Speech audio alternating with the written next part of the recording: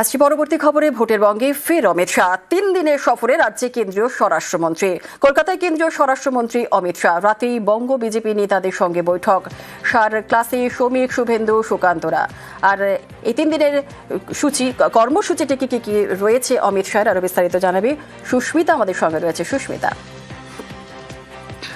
দেখো, অমিত শাহের আজ গোটা দিন জুড়েই কর্মসূচি রয়েছে। আজ গোটা দিন জুড়ে তিনি সাংগঠনিক বৈঠক সারবেন। প্রথম পর্বে তার সাংবাদিকদের মুখোমুখি হওয়ার কথা রয়েছে বেলা 12টায়। তারপরেই 2 দফায় তিনি সাংগঠনিক বৈঠক সারবেন।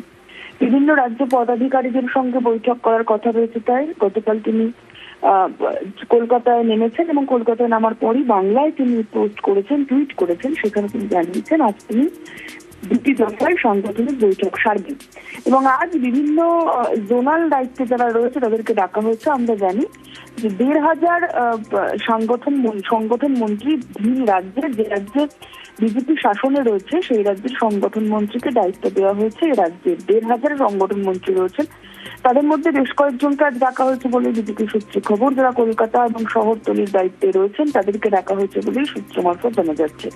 তাদের সঙ্গে বৈঠক সারবেন অমিত শাহ। তার সঙ্গে অবশ্যই বিজেপির উচ্চতর নেতৃত্ব শ্রমিক, শুভেন্দু, সুকান্ত তার সঙ্গে উপস্থিত থাকবেন এবং সুনীল বানসাল, ভূপেন্দ্র যাদবও উপস্থিত থাকবেন।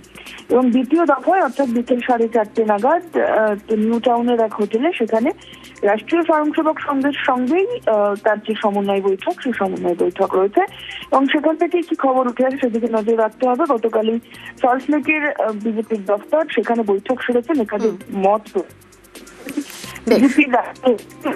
তিনি এবং বিজেপি সূত্র দেখা যাচ্ছে সোশ্যাল মিডিয়া মারফত কিভাবে রাজ্য সরকার বিরোধী প্রচার চালানো যায় সেদিকে নজর রাখতে নির্দেশ দিয়েছেন অমিত শাহ এবং তার পাশাপাশি রাজ্য সরকার কি কোনোভাবেই শ্বাস নিতে দেওয়া। একেবারে ধন্যবাদ।